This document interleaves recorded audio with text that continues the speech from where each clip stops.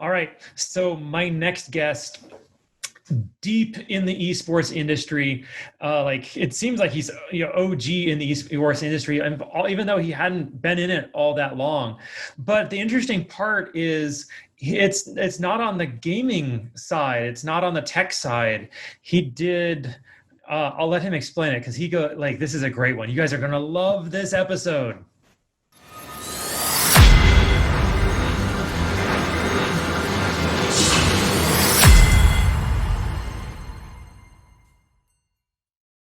Hey there, everybody. Welcome back to the Gamerpreneur podcast. I'm your host, Dr. Bradford Carlton. In today's episode, I have a very special guest for us. I have Alex Bubnov. Hey, Alex, how's it going? I'm good, Bradford. How's your Friday going? Oh, it was pretty busy. This is my third interview, and I had 3 phone calls as well, and I had to leave to go to somebody's office. Like it's a long day. Nice. How about yourself? It's been good. Yeah, I actually got a lot of work done, and I was able to take the pup to the dog park at the end of the day so she could play with some friends. So always nice to finish off like that. Now you bring up your pup, and like my first question is, please tell me about yourself. And your pup kind of has something to do with it, doesn't it? Absolutely, it does. Yeah, she's Australian Shepherd. She just turned 2 last week, actually. So we had a little birthday hike. I guess the biggest thing I'd say is I used to be a gymnast. Growing up, I was always known as the gymnast. I went to the University of Michigan. I competed as a D1 athlete. Afterwards, I went on to compete in a professional league out in Germany. I think a lot of people would know it with soccer or football, whichever one you think is right, depending on where you are. It was part of the Bundesliga, so it was a really cool experience. After that, I moved to California, got into entrepreneurship and startup development, and that's pretty much what led me into the esports journey here. Okay. Now I want to touch on that because if I recall, you're no longer in esports, correct? Not really, no. I actually pivoted a little bit. I did a little shift into the dog world, ironically. Okay. But yeah, I had about a 4.5 year stint in esports. I do still do some advisory work. I do some consulting and advisory work in esports. But I don't do events anymore like I used to. Okay. All right. So I'll unpack all of this here in just a minute. And I kind of broke my rule. I always start the interviews with a question, but I already asked you one. So we're going to pretend I didn't ask you anything else. And then I'm going to ask you my first question. Go for it. On a scale of 1 to 10, 10 being high, how weird are you, Alex? I'd say probably between an 8 and a 9. I do know some super weird people, so I don't think I could claim the title of 10, but yeah, I don't think I'm quite orthodox here as far as most people go. I like to spend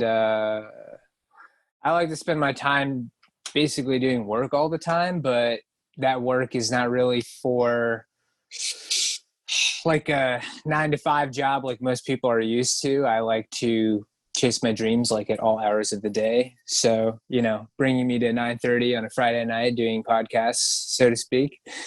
I'm right there with you. My wife just pulled dinner out of the oven and here I am. That's right. We do what we have to. Okay. Exactly. So I would love to learn more about your entrepreneurial journey. But before I get into that, this is the Gamerpreneur podcast. So I do need your gaming cred. When did you first start playing video games?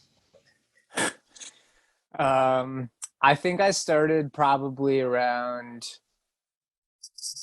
I had to be like 4 or 5. My dad works for Johnson. He's worked for Johnson & Johnson for a long time. And so I've had a computer for longer than most people have had a computer. I think I got my first computer. I'm pretty sure I was 4 or 5 years old. And I started playing,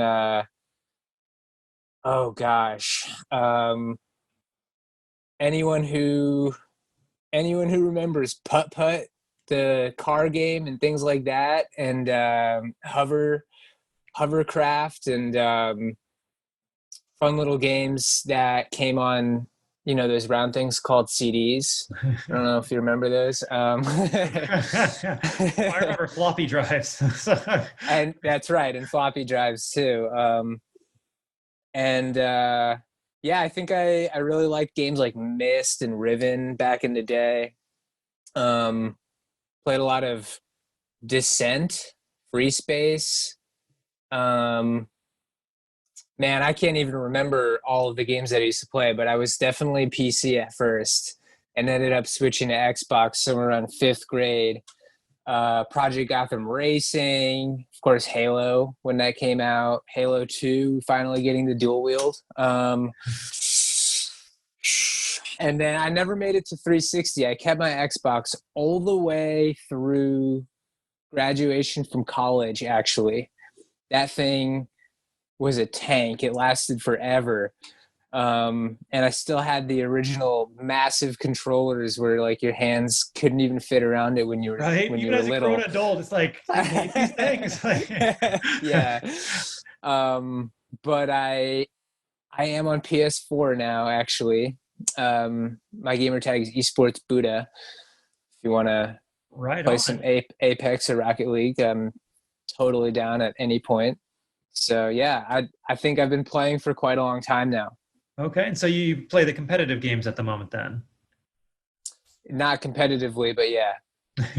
Oh, all right, all right. Okay, so I have like one more gamer, you being a gamer related question, then I want to go in like to the business side because like I'm an entrepreneur at heart, and it really sounds like you are as well. Sure. Favorite game of all time? Descent Free Space.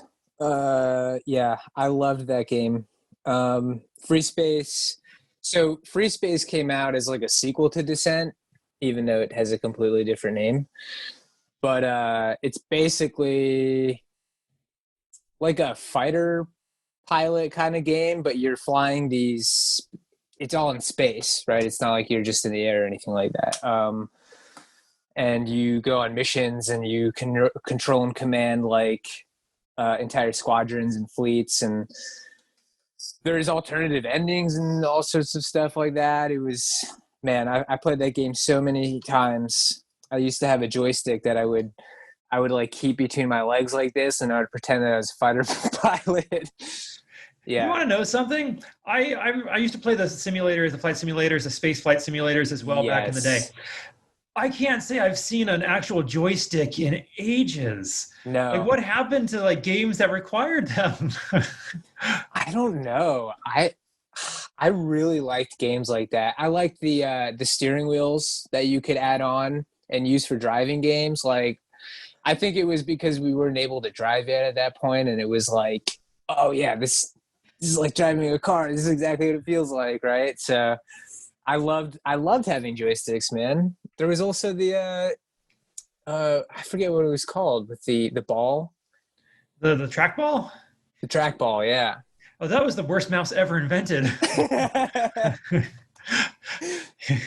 I tried gaming on that. That didn't fly for a day. No, dude, no way. It was joystick all the way. Okay. So, Alex, I appreciate you going over that with me. Now, your professional background is just astounding. And you're kind of sounds like you're moving on and kind of going into the pet space, the dog space now. But what is your professional background? So you were a gymnast and then you started doing entrepreneurship, some consulting. Like, how did you get into this? How did that like start?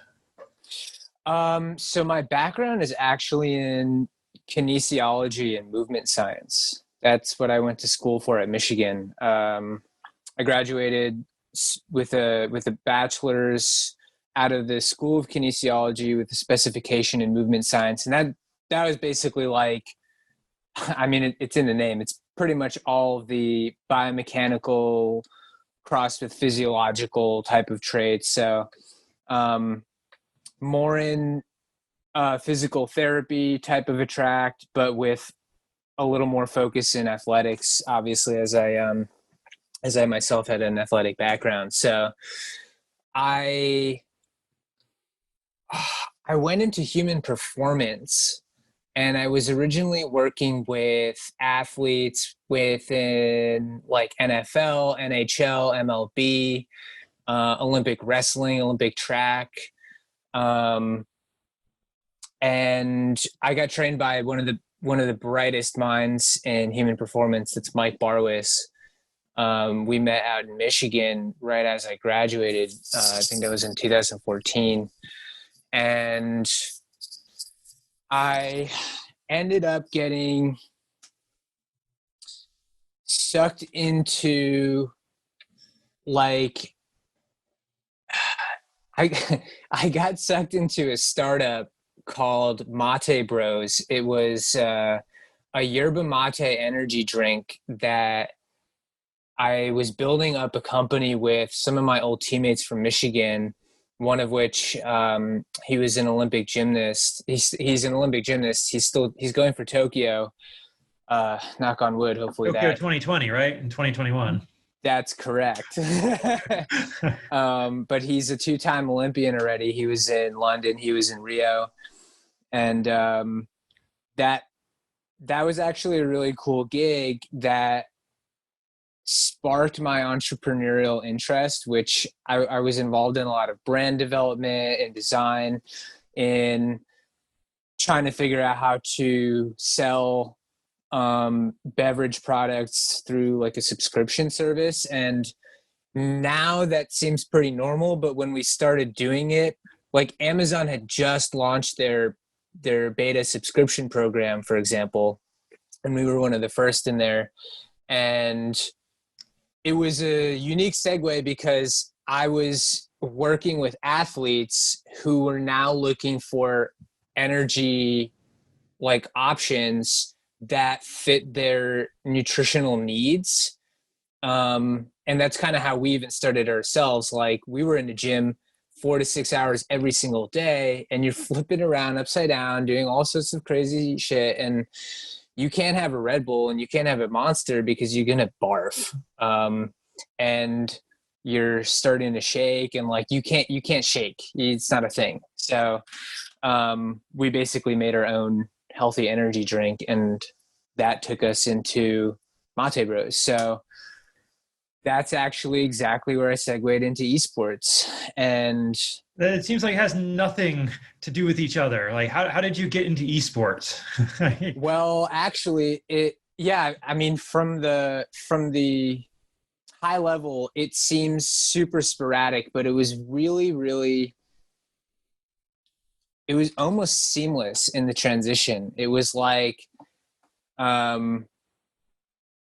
we were working on this energy drink, and right around the time that this is out of Southern California, by the way, we were in Huntington Beach, and right around the time that we got into a little campus store called the Zot and Go on University of California, Irvine's campus, we started doing weekly booth visits to try and sell our product better, right? And that was right around the time where, if you're into gaming, you know UCI, and UCI Gaming Club started to get really big, and they were looking for a healthy energy drink sponsor over Monster. And Monster has a big presence in Southern California. I think they're headquartered out of Irvine. And sure enough, we started talking. Twitch Student entered a beta. It like just got put on the map, and that was started up by Kevin Hong. You can, at this point, you would know Kevin Hong's name too if you know Twitch Student. But it was like, we sat down with the gaming club and started talking to them about what it would look like to sponsor them. I think it was maybe like 2-3 weeks before Pepsi swooped in and started talking to them. And, you know, we were nothing compared to, we still are, you know, we're nothing compared to PepsiCo. So, right around that time is when UCI became the very first esports scholarship program in the country. And I I just went all in. I don't know what else to say. I basically stopped doing everything else that I was doing. I was coaching and training people at the time. I was still, doing human performance type of work. And I left Mate Bros. I left my coaching. I left training.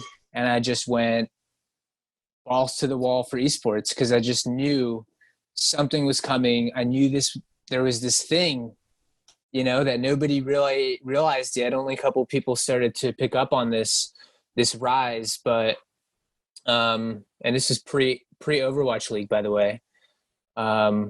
So this is before anyone knew what Fortnite was. So this is fantastic. So what did you do in esports then? Like you're, not to belittle what you do, but you're hawking energy drinks. And then that's how it started. Right. And then you jump into esports and you do what? Well, right. I mean, I started looking at it exactly like that. I was like, oh man, this would be a great developing and emerging market for us to start selling healthy energy to, because who in esports is selling healthy energy? It was nobody at the time.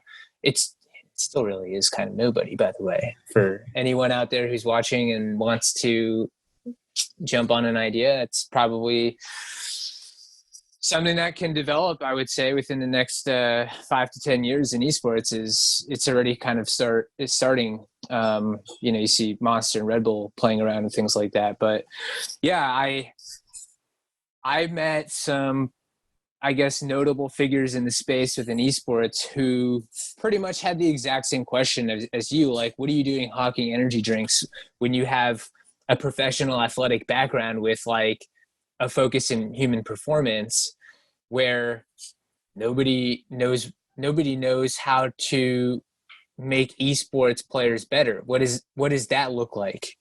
And that's where the weird nerd in me came out. And sure enough, I started looking at, well, what would that look like? How do you, okay, I know how to take an NFL player and I know how to train them to make their 40-yard dash faster, to enter a draft and to get, pulled into a proper NFL team and start getting paid. And then you become a true NFL player, right? Mm-hmm. And you can do the same for NHL, and you can do the same for MLB, and you name the sport. There's a clear track on how to elevate performance. And so with esports, it was really unique. And I started diving into, this is where I started really using my human performance and kinesics background. I started diving into looking at neuromotor and visuomotor type of approaches to esports. Okay, well, from the layman's perspective, they're just playing video games for 10 to 12 hours a day and sitting around and doing nothing. Right. Which is where a lot of people were looking at physical therapy, chronic back and neck issues, the classic carpal tunnel syndrome for the gamer.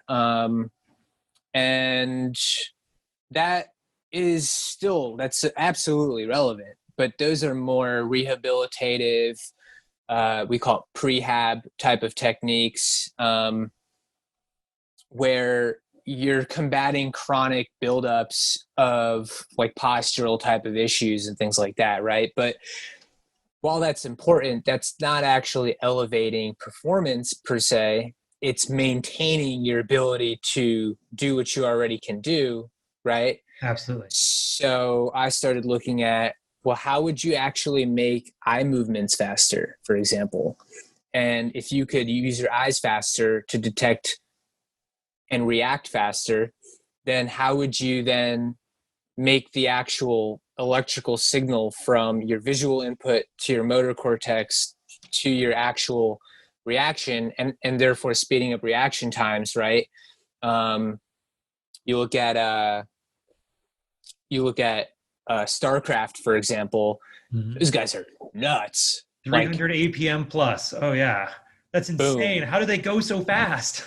Yeah, that's exactly how you do that. Is you have to look at the neuromotor junction of how electrical signals are being sent and received, and between the brain, the eyes, and and your upper extremities, right? And so, yeah, I mean, that was the starting point. That was the jumping off point for me. Okay, I want to continue down your story, but I'm like fascinated. Like, how do I like increase my speed? Like, was there like an exercise, or is it like drugs? Like, what is it? It's I mean, this is where I guess that becomes the art and the proprietary nature of the approach of what Okay, you do, right? absolutely. So um How much is it? well, a lot of people, I mean, there's not that many people that understand that entire realm, in itself, but similar to how you would go into a fitness gym, like everyone's obsessed with CrossFit, for example, right now, like everyone's got their own approach, so to speak. Like, we believe this or we believe this. I mean, there's a certain set of base rules that do apply based on the way that physics works and the way that your physiological properties are. Like, like a muscle is a certain type of fabric, so to speak, which has its own properties, just like wood has certain strength and weakness properties, just like versus something like steel, right? Everything has its own breaking point, its own frictional capacity or whatever you want to call it, right? So it's a unique fiber that you can train and you can develop around its properties and parameters. So Very yeah, I mean, there's a lot of different ways to kind of go about doing it. I'll say like one quick example would be like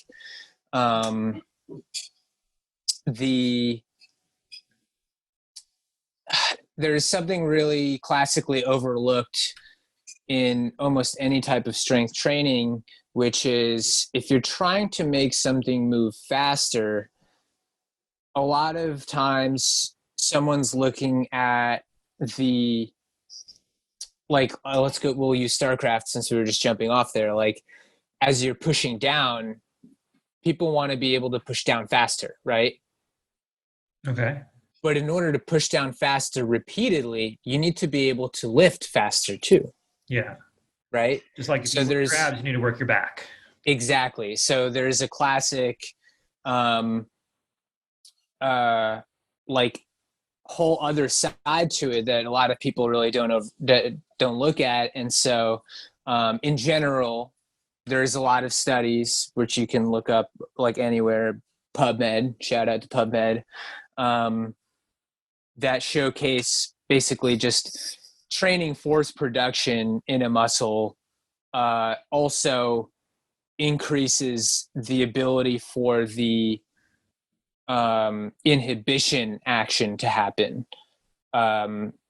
If you can move something faster, you can release something faster as well, so to speak. Certainly. So that would be it's kind of one approach there. Very cool. Okay, let's continue further down your journey. So you're training people, and now what? What happens next?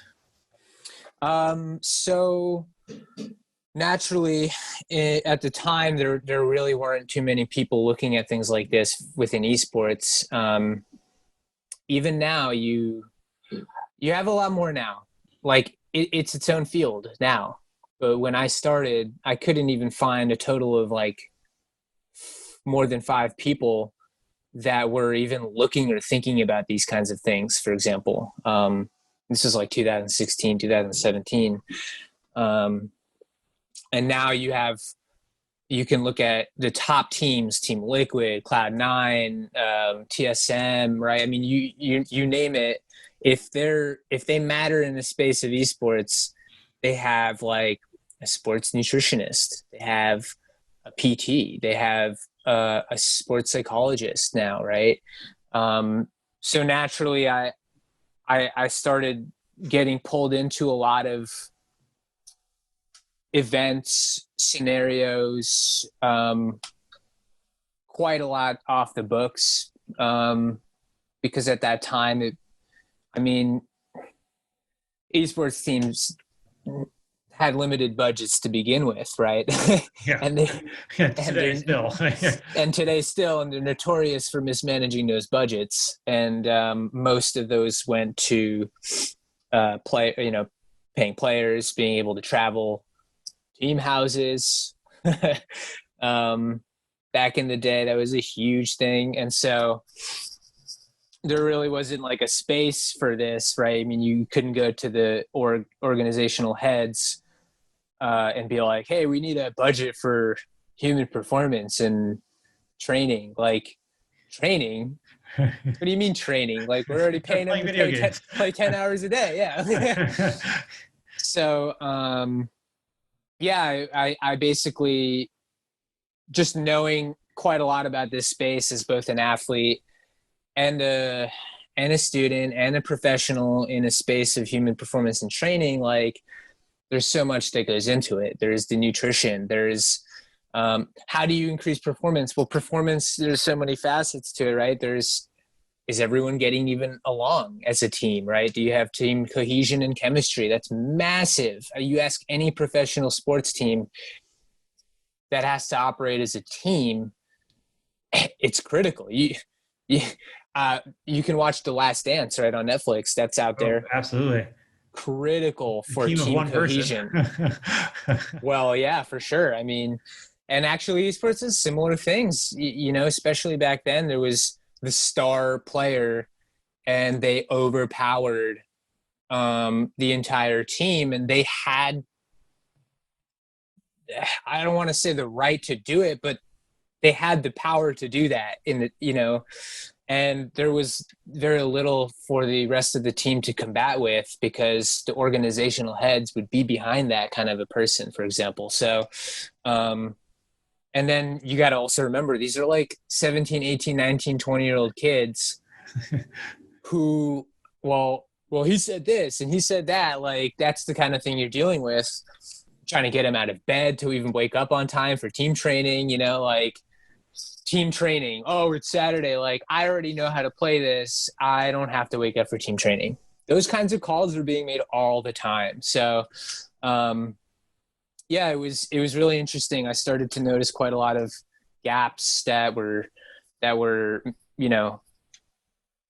just these gaping holes in the approach to tactical performance training in general.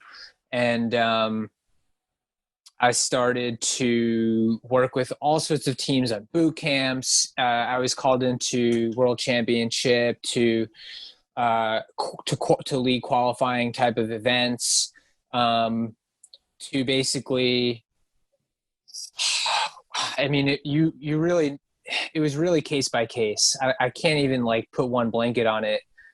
Because it depended on the event, it depended on the game, it depended on the team, it depended on the player, what I was really dealing with. That could have been anything from handling mental pressures on an international stage competitively. I mean, okay, here I am, I'm good at this game, but I've been playing it in my bedroom for 2 years. And now I'm in front of 10,000 people and I'm scared shitless. Got the yips a little bit. Yeah, right? I mean, like literally shaking. And what happens when you're like this and you got to play video games? Like, it's not good. So, plus then you're dealing with all sorts of mental stress and you're projecting shit out to your teammates, who's the last people you want to be projecting stress out to right now during this moment. So, things like that, working on just basic recovery techniques. I mean, something as simple as icing after you play. Like, icing is classically known to help speed up recovery and make you better for the next day, right?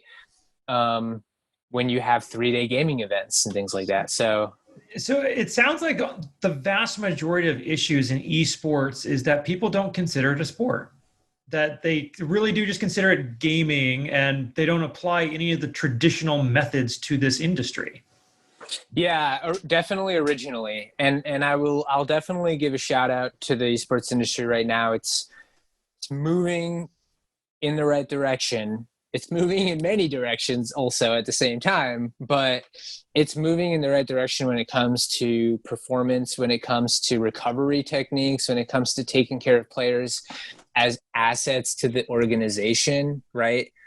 What if you told LeBron to play 10 hours of basketball a day? Like, he would break down. His body would break down. So the older a player gets in a sport, the more time you're spending on recovery rehabilitation to preserve the vehicle, which is their body, right? Right. You look at something like NASCAR, how much time is spent on taking care of that car? A lot Like, of time. so much time. They have entire crews just to take care of the car. But here you are in esports, and there's 0 people to take care of your car, so to speak. So, but the expectation to perform and to continue to elevate that performance is exactly the same as in NASCAR, you know, arguably, just in their own respective manner, right? So that's actually where I really transitioned from. I was looking quite a lot at each player and each team, for example, and how to do that. But the issue wasn't with them. The issue was getting the result of the issue was getting projected onto them, for example. But the real issue is that from the organizational level, right? How come the organization isn't doing anything about this? How come the league that they play in isn't providing them the support that an organization needs to be able to take care of the player then, right? How come a scholastic system isn't looking at this in protecting its youth, for example, right? Right. And so I began to get to work my way up into these higher like layers, and I started to work with people all the way from team owners to superintendents of entire school districts, right? Like, school districts beginning. I've been in rooms, for example, with principals and superintendents who were trying to decide, do we want to do Skills USA and DECA again, or do we want to look at something like gaming, for example, right? Because, man, my son and my daughter is playing Roblox all the time, right? Is playing Fortnite now, and like, everyone's about, and that one kid just won $3 million in Fortnite, you know, and like, oh, can we win $3 million? Like, well, it's super relevant as far as, you know, it comes, if you're looking at it from a career perspective, you know, I mean, it's the skills that you're developing, streaming, being able to digitally, like, present yourself, to communicate remotely with others. Is that important to us? Well, back in the day, it wasn't thought to be, but here we are. Everyone's Zooming all the time now. Scholastic systems trying to figure out, you have entire colleges trying to figure out how are they going to host classes remotely. Someone in esports be like, dude, like, super easy. We got you, you know. Absolutely. We could set that up. So okay. Hey, Alex, I'd like to pull back because you have accomplished a ton and you're not old, right? You're most likely younger than I am. And I'm 28. You're younger than I am. And you have done more with your life than most people dream of for an entire lifetime. What makes you different? What unique skills do you have? What do you possess that the average person doesn't seem to, that has gotten you here? I guess it goes maybe back to your original question of how weird am I? And maybe it's not what skills I have or what things I have, but maybe what things I don't. Which is like, I don't feel a need to constantly be socializing all the time just for the sake of socializing, like to be out at a party, you know, or I mean, I've been to parties, you know, been to enough parties now. It's all good. I know what it's like. You've been to 100 parties. You've been to 1,000 parties, honestly. Right. So, Yeah. It started to get to a point pretty early on in my life where here I was on a Saturday, you know, my friends are going out to day drink at some party. And I'm like, well, I'm actually going to stay and like do this. I'm just going to stay. So it depends on who you are and how you're looking at it. I mean, for me, I started to I started to become starkly aware of hours and minutes and how fast they went by, you know? Especially as you get older. Yes, of course. And you could be at a party and you could be there for 4 hours and it goes by like that. But have you ever spent 4 hours like reading things online? It feels like forever, right? But it's the same 4 hours, but you could come out of that 4 hours with so much, for example, or so little. I mean, and then of course it depends on the person. They could say, "Oh no," but the experience, right? I mean, I agree. I totally agree. But for me, it was just more like the one common denominator every human being on Earth that is alive has is you're limited to 24 hours per day. What are you going to do with those 24 hours? You know? Absolutely. And after a while, they begin to really add up. And every week, every month, every year, and then here you are 5 years, it's like saving money, right? Like after like quite a while, you've compounded a lot of this interest in time where you could have built up social experiences, or you could have saved up 10,000 hours, right? That whole 10,000 hour thing, and become a master at something, for example, right? And then, yeah, that's pretty much how I guess. I'm in full agreement. I mean, this book right here would not have been written had I not spent like a year and a half in-game time played on the World of Warcraft, right? And that got me this platform. If I hadn't done any of that, I wouldn't be here. So absolutely, everything you do matters. You just have to find a way of turning it into something of value. Yeah, I totally agree. Okay. Now, you're an entrepreneur, but you probably were not always an entrepreneur.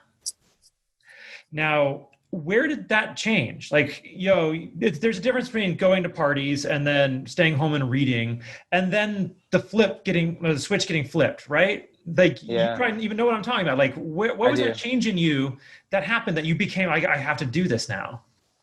Okay, I actually know. I know the exact moment. There's two moments. There's the moment that it actually organically happened, and then there's the moment where I became consciously aware of it, because they're not the same moment. It was 2015. I was living in Germany. I was competing. And my plan originally was to live in Germany for like at least 2 years. I wasn't gonna like start training for the pro leagues and just like only do it for a couple months. Like that wasn't my original intention. I was like, just takes way too much effort and time and energy to only do it for a little bit. I'm gonna commit for 2 years. I had a whole plan. I wanted to try and make a 2017 World Championship team, but at some point halfway through the season in 2015 in Germany, my pec started to tearing a little bit. Oh. And it was quite literally a one moment where I was just like, it's just like not worth it. If I was playing a sport that paid me millions of dollars, it would have been worth it. But I wasn't. Nobody cares about men's gymnastics, unfortunately, except for men's gymnastics. So, which is not a big world. So I quite literally started to talk with my old teammates out in Southern California. I was still in Germany. They were in Southern California. They were just starting up Mate Bros. And in Germany, there's a massive yerba mate scene. The same way that we have Red Bull in the clubs here, like I want a Red Bull vodka. Mm-hmm. There's actually a really big like yerba mate thing in the club scene. So there's a brand called Club Mate, and it's just like a mate version of Red Bull, basically, right? And so just being out there, being an athlete, obviously we went out, we went to clubs like after the competitions. That was where the switch flipped. I just started to notice this brand everywhere, and I just couldn't ignore it. I couldn't ignore the thought that, well, if they're here, why couldn't Mate Bros be out here? And I started to talk to those guys, and I started to like, in between my training days, I would just go downtown to like different shops that would have beverage coolers in them, and I started to look at what kind of drinks they have. And then I just randomly started talking with the people that worked at stores. I'd be like, hey, like, how many people buy this stuff, like, and they would just answer me. I had no idea I was doing something called field research at the time. Like, I didn't know that was a thing. I just was like, oh man, I'd love to push my homies' drink out here. That'd be dope. And I finished up the season, and I literally just on a whim, I just moved from Germany out to Southern California. And I just said, fuck it, kind of. And I did that for maybe almost a whole year, not knowing that I was an entrepreneur. Like it might seem dumb from the outside perspective. Like, how the fuck would you not think that at this point? You literally moved to do a startup. You're in a startup. Yes, you're an entrepreneur. No, I had no idea.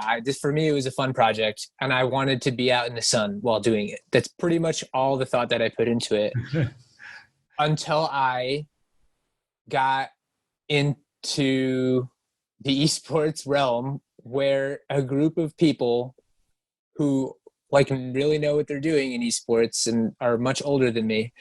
Like the youngest person was like 50, I think there. We're talking about people that are in Producers Guild of America, people that helped put on the very first Black Ops tournament in the United States, for example. And these were like my original mentors in the esports space. And one day, one of them just looked at me and was like, you're an entrepreneur, right? And I was like, huh?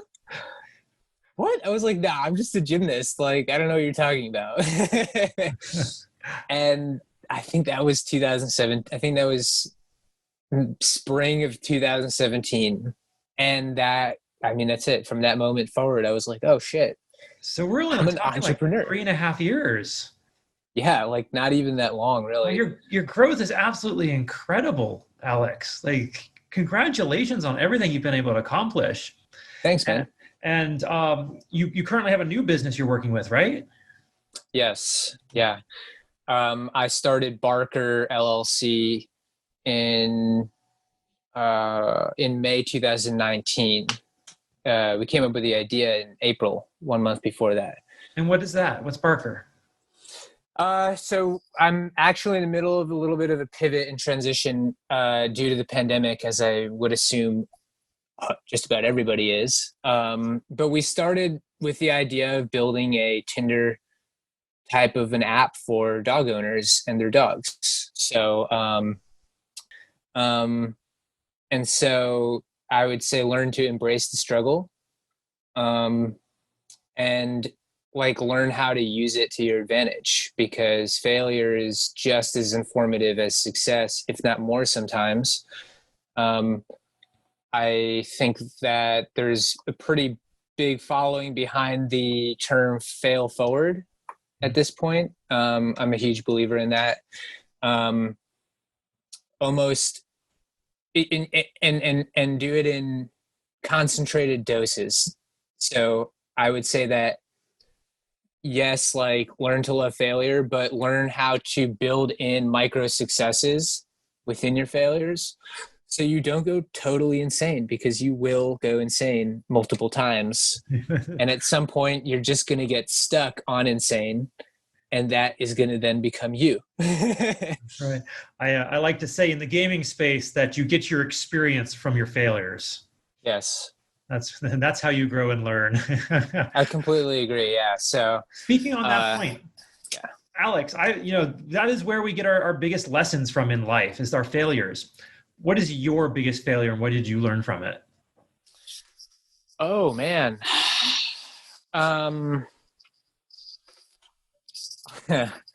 My biggest my biggest failure is, I guess, and I still do this, uh, but I do it in maybe more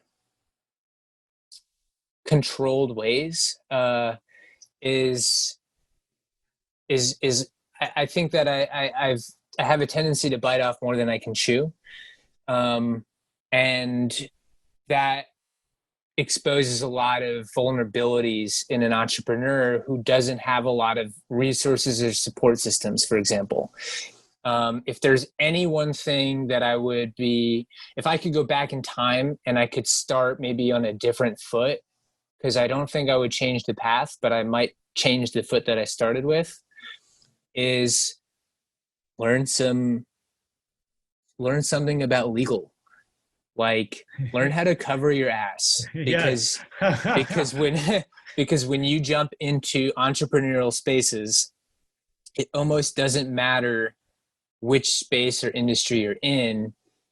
All that will determine is the degree of your vulnerability, I would say. But no matter where you are as an entrepreneur, there's a bigger fish. There's a shark, or many sharks out there. Just in general, as an entrepreneur, you are always swimming in shark infested waters, and it gets bloody.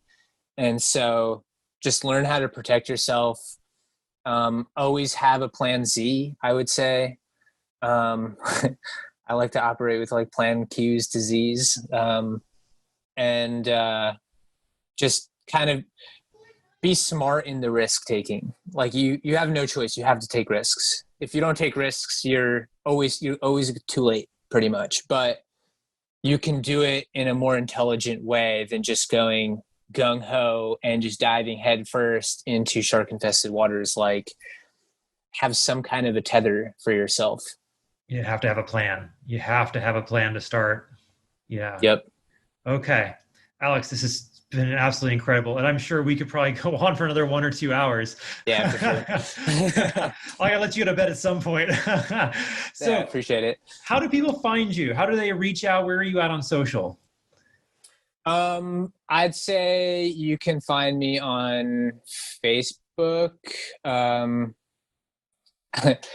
To be totally transparent, I took a little bit of a social media break during this pandemic because everybody came onto social media now. And I mean, as inundated as it was before, it's super saturated now. So You only you can, disappeared on me for 4 months. So for sure, man. Yeah, that's and that has a lot to do with me pivoting my business, actually. So yeah, I would say reach out to me on Facebook. You can find me by my name, Alex Bubnov.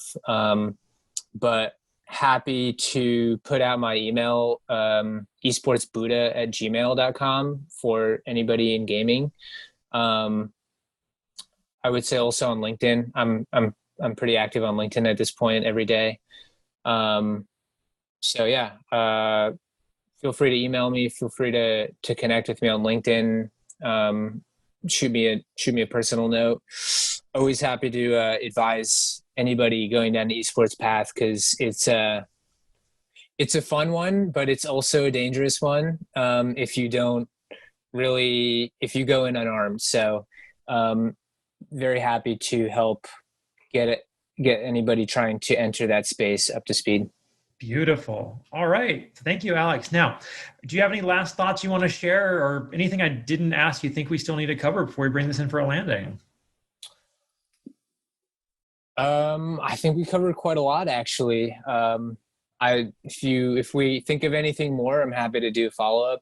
We can do a round two at any point. But yeah, I think just be smart, make good connections, and always have like a support system that you can trust, because there's always going to be more people that you can't trust and that will inevitably take advantage of people that are like fresh in any space. So just play the game, but play it smart. Wonderful. All right, Alex Bubnov, thank you so much for coming on. We genuinely do appreciate this. Yeah, thanks for having me. All right. And for everybody else, I'm going to remind you all, don't be just a gamer, be a gamerpreneur.